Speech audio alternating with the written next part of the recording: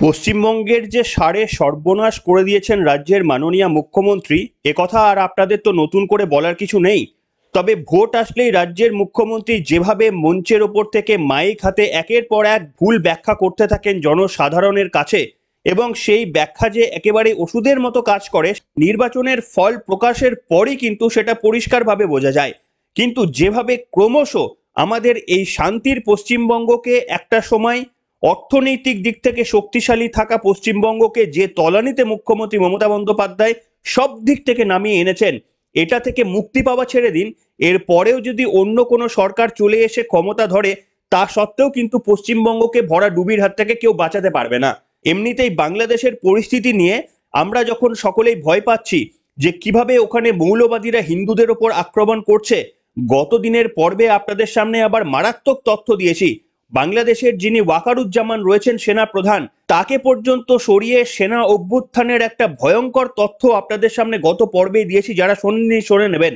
এই রকম একটা পরিস্থিতিতে যখন হিন্দুদের বাংলাদেশেও জায়গা নেই, ঠিক পশ্চিমবঙ্গের বিভিন্ন অঞ্চলেও কিন্তু ওই বাংলাদেশের মতোই পরিণতি আমাদের হয়েছে। কেন এই কথা বলছি, আজকের পর্বটাই আপনারা শুনে দেখুন, এবং শুনে দেখার পর আগামী নির্বাচন আসার আগেই লাইনে দাঁড়িয়ে আপনাদের সিদ্ধান্ত নিলে হবে না। আজকে থেকেই আপনাদের সিদ্ধান্তগুলো প্রস্তুত করতে হবে যে এর পরবর্তী সময়ে আপনারা কার হাতে ক্ষমতা তুলে দিতে চান। নমস্কার, welcome to simple as ABC. আপনাদের সকলকে স্বাগত জানিয়ে অত্যন্ত গুরুত্বপূর্ণ একটি খবর শুরু করছি। যদি পর্বটি ভালো লাগে তাহলে অবশ্যই পর্বটিতে একটি লাইক এবং কমেন্ট করবেন, এবং যারা সাবস্ক্রাইব করেননি তারা চ্যানেলটিকে সাবস্ক্রাইব করে রাখবেন। ব্যাখ্যায় আসবো, কিন্তু তার আগে আপনাদের সামনে আমি একটা ভিডিও দেখাবো, যে ভিডিওটা বিরোধী দলনেতা শুভেন্দু অধিকারী তিনি তার সোশ্যাল মিডিয়ায় পোস্ট করেছেন। এই ভিডিওটার মধ্যে তিনটি ছোট ছোট ভিডিও আপনারা দেখতে পারবেন। প্রথম ভিডিওটা হচ্ছে অমিত শাহের বক্তব্য 2021 সালে তিনি যেটা বলেছিলেন। দ্বিতীয় ভিডিওটাতে আপনি দেখবেন যে মমতা বন্দ্যোপাধ্যায় তার উত্তরে কি বলছেন। আর তৃতীয় ভিডিওটা গতকাল কি পশ্চিমবঙ্গে ঘটেছে। এই তিনটি ছোট্ট ছোট্ট ভিডিও, আওয়াজটা শুনুন, ভিডিওটা পরিষ্কার নয়, আওয়াজটা শুনুন, তারপরে আসছি ব্যাখ্যায়। শুনুন। दुर्गा पूजा के अंदर मां दुर्गा की मूर्ति के विसर्जन नहीं करने देते हैं, ये वाजिब है क्या? ऐसा होना चाहिए क्या? जरा जोर से बोलिए, होना चाहिए क्या? सरस्वती पूजा स्कूलों में बंद कर दी गई, होना चाहिए क्या? इधर में सरस्वती पूजा नहीं होता, उन्होंने सरस्वती पूजा शुरू किया। ओके जिज्ञेस करो सरस्वती पूजार मंत्र बोल, आगे आगे सरस्वती पूजार मंत्र बोल। सरस्वती पूजार मंत्र जानो তোমরা? बोलो अच्छा करके कान खुल के सुनना। हम कह रहा हूं, আমি বলছি, জয় জয় দেবী চরাচর সারে, কুচসিচ ভূত মুক্তাহারে, কুচসিচ ভূত মুক্তাহারে। শুনলেন বন্ধুরা, আপনারা কি বুঝতে পারলেন কেন এই ভিডিওটা আপনাদের সামনে দেখালাম?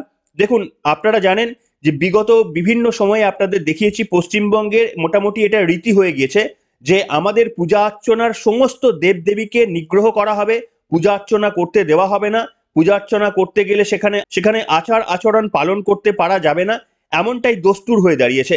ঠিক যেমন ওপার বাংলা অর্থাৎ বাংলাদেশের হিন্দুদের যা পরিণতি, আমাদের এই পশ্চিমবঙ্গের কিছু কিছু বিক্ষিপ্ত অংশে যেখানে হিন্দুদের শতাংশ কিছুটা হলেও কম, সেই সমস্ত জায়গায় এই একই পরিণতি কার্যত সৃষ্টি হয়ে গিয়েছে। কিন্তু গতকাল একটা মারাত্মক ঘটনা ঘটেছে, সেই ঘটনাটাই আজকে আপনাদের সামনে আমি বর্ণনা করব। কিন্তু তার আগে আপনাদের ব্যাখ্যা করব এই যে ভিডিওটা দেখালাম, সেই ভিডিওটা কেন দেখালাম। দেখুন, অমিত শাহ কি বক্তব্য বলেছেন আপনারা শুনেছেন। এটা 2021-এর যখন বিধানসভা নির্বাচন চলছিল, তখন আমাদের রাজ্যে প্রচারে এসে অমিত শাহ বলেছিলেন যে মমতা দিদি তিনি পশ্চিমবঙ্গে দুর্গাপুজো করতে দেন না, তিনি পশ্চিমবঙ্গে সরস্বতী পুজো করতে দেন না। আর এইটা বলার পরেই রাজ্যের মাননীয় মুখ্যমন্ত্রী, আপনাদের মনে আছে কিনা জানি না, নিয়ম করে প্রত্যেকটি মঞ্চ থেকে একেবারেই কুৎসিত ইঙ্গিত করে অমিত শাহকে আক্রমণ করতেন। আপনারা শুনলেন এই বক্তব্যটা। প্রথমত, তিনি রেগে গেলেই তো তুই তুকারি করেন, সেটা দেশের স্বরাষ্ট্রমন্ত্রী হোক আর দেশের প্রধানমন্ত্রী হোক, তিনি কিছু মানেন না। এটা গেল প্রথম। দ্বিতীয় হচ্ছে, তিনি বলছেন যে অমিত শাহ বলেছেন আমাদের রাজ্যে নাকি সরস্বতী পুজো করতে দেওয়া হয় না, এটাই নাকি অমিত শাহের অপরাধ। সেই কারণে অমিত শাহকে তুই তুকারি থেকে শুরু করে এমনকি সরস্বতী পুজোর মন্ত্র, যে মন্ত্র আপনারা কোথাও শুনবেন না, সেই ধরনের মন্ত্র মুখ্যমন্ত্রী অনর্গল বলে চলেন মঞ্চের ওপর থেকে, এবং আমাদের সেটা মেনেও নিতে হবে, তার কারণ তিনি যেটা বলবেন সেটাই শেষ কথা। এই ধরনের মন্ত্র উচ্চারণ করে তিনি বলেছেন বাংলায় খুব ভালোই সরস্বতী পুজো হয়। দেখুন, আমি কথা বলছি না যে বাংলায় সরস্বতী পুজো দুর্গাপুজো হয় না, কিন্তু প্রত্যেকটি জায়গায় শান্তিপূর্ণভাবে এই পুজোগুলো হবে এটাই দস্তুর। যে জায়গাগুলোতে এই সরস্বতী পুজো, দুর্গাপুজো, কালী পুজো, জগদ্ধাত্রী পুজো হতে দেওয়া হয় না, এটা নিয়ে প্রশ্ন তুলতে হবে। তার কারণ পশ্চিমবঙ্গ ভারতবর্ষের বাইরে নয়, পশ্চিমবঙ্গ ভারতবর্ষের মধ্যে।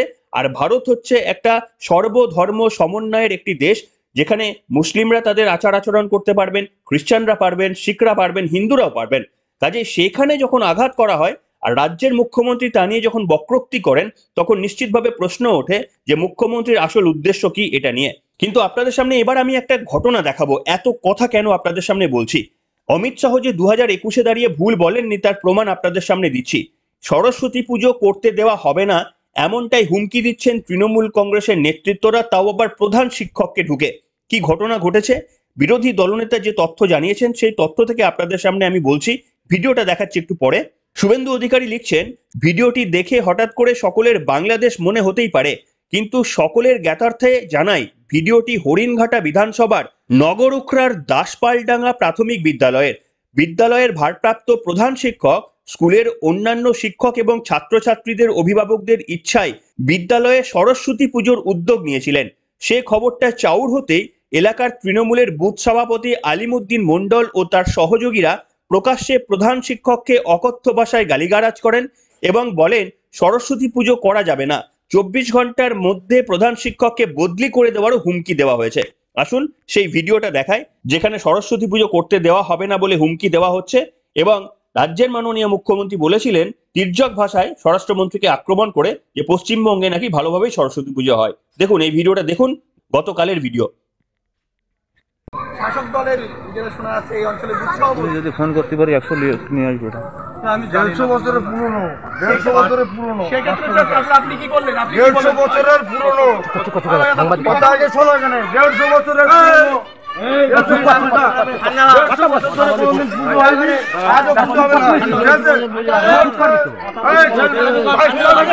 আপনার 24 ঘন্টাও লাগবে না, 24 ঘন্টা লাগবে না।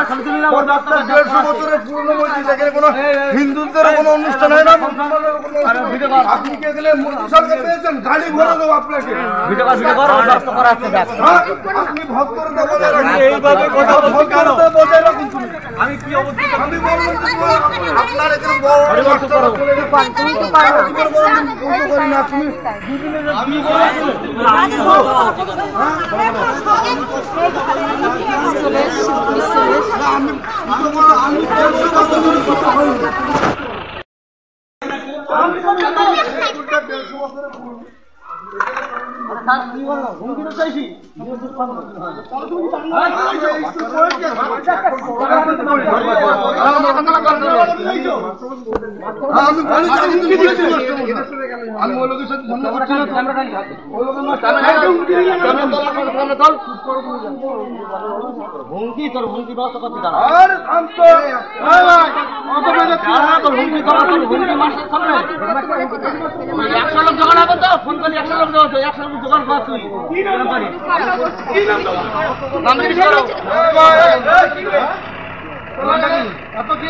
আমাদের কি আছে, আমাদের কি সাংবাদিক গায়ে আছে তো কথা বলে সাহস আজকাল গায়ে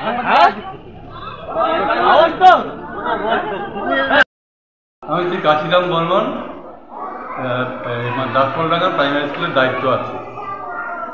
আমাকে আলিমুদ্দিন মণ্ডল বলে এক ব্যক্তি এই গ্রামেরই, উনি আমাকে হুমকি দিয়ে বলেছেন যে আপনাকে 24 ঘন্টার মধ্যে ট্রান্সফার করে দেবে। আপনার কি চুলকানি হয়েছে? চুলকানি হতেছে আপনার? ওই সরস্বতী পুজোর মিটিং ডেকেছিল। দেখলেন বন্ধুরা, এরপর বিশ্বাস হলো যে অমিত শাহ যে কথা সেই দিন বলে গিয়েছিলেন যে পশ্চিমবঙ্গে সরস্বতী পুজো করতে দেওয়া হয় না, তাহলে সেটা সঠিক ছিল।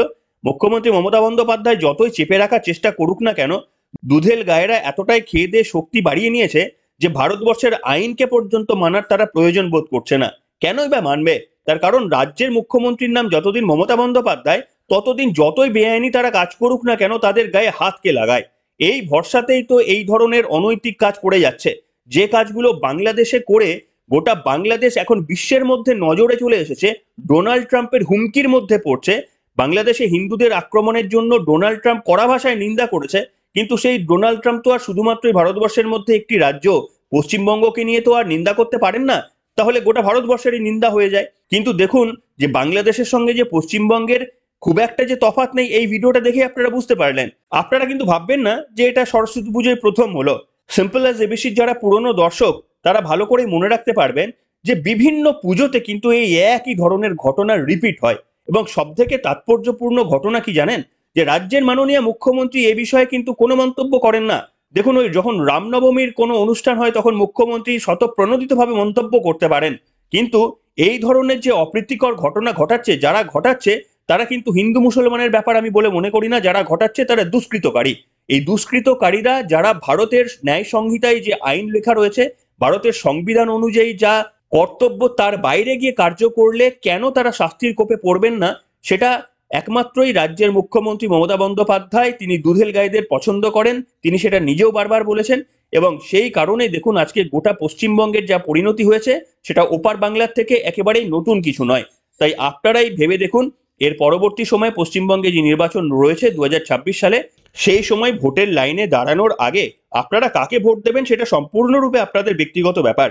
কিন্তু সমস্ত খবরাখবর রাখাটা আপনাদের সামনে এই কারণেই জরুরি যে ওপার বাংলায় যা পরিণতি হয়েছে হিন্দুদের, যদি চান যে এপার বাংলায় ওই একই পরিণতি হতে, তাহলে কোনো বিবেচনা না করে কিন্তু ভোটার লাইনে দাঁড়াতে হবে। আর যদি মনে করেন যে না, যারা অপরাধ করছে, অপরাধ করার পরও যারা পার পেয়ে যাচ্ছে, আর যে সমস্ত রাজনৈতিক দলগুলি এদেরকে পার পাইয়ে দেওয়ার সুযোগ করে দিচ্ছেন, তাদের কি সমর্থন কি আমরাও করছি? যদি করি তাহলে সেই অপরাধীদের সঙ্গে কি আমাদের বা যে সরকার তাদের সমর্থন করছে তার সঙ্গে কি আমাদের কোনো তফাৎ রয়েছে? এই প্রশ্নটা আজকে আপনাদের সামনে ছুড়ে দিলাম, উত্তরের জন্য অপেক্ষায় থাকলাম। আপনারাও কি সমর্থন করেন এই ধরনের ঘটনা? যে কোনো ধর্মের মানুষ, হিন্দু, বৌদ্ধ, খ্রিস্টান, মুসলিম, সকলে নিজেদের ধর্ম নিজেরা পালন করবেন, অন্যরা কেউ ব্যাঘাত ঘটাবে না, এটাই স্বাভাবিক। কিন্তু পশ্চিমবঙ্গের মতো একটা রাজ্য যেখানে হিন্দুস্থান ভারতের মাটিতে দাঁড়িয়ে এই ধরনের কার্যকলাপ চালানো হচ্ছে, কতটা বেয়াদব সরকার হলে এই ধরনের ঘটনাগুলোকে বরদাস্ত করে নেয়, সেটাই আমাদের দুঃখের কারণ। তবে দুঃখ করার কিছু নেই, তার কারণ আমরাই এই সরকারকে এনেছি। আপনাদের মতামত লিখে জানান, কেমন লাগলো এই ঘটনাগুলোকে দেখে? আপনারাও কি সমর্থন করছেন নাকি এর পরিবর্তন হওয়া দরকার বলে মনে করেন? আজকের পর্বে আপনাদের মতামত লিখে জানান। এখনকার মতো এখানে শেষ করলাম।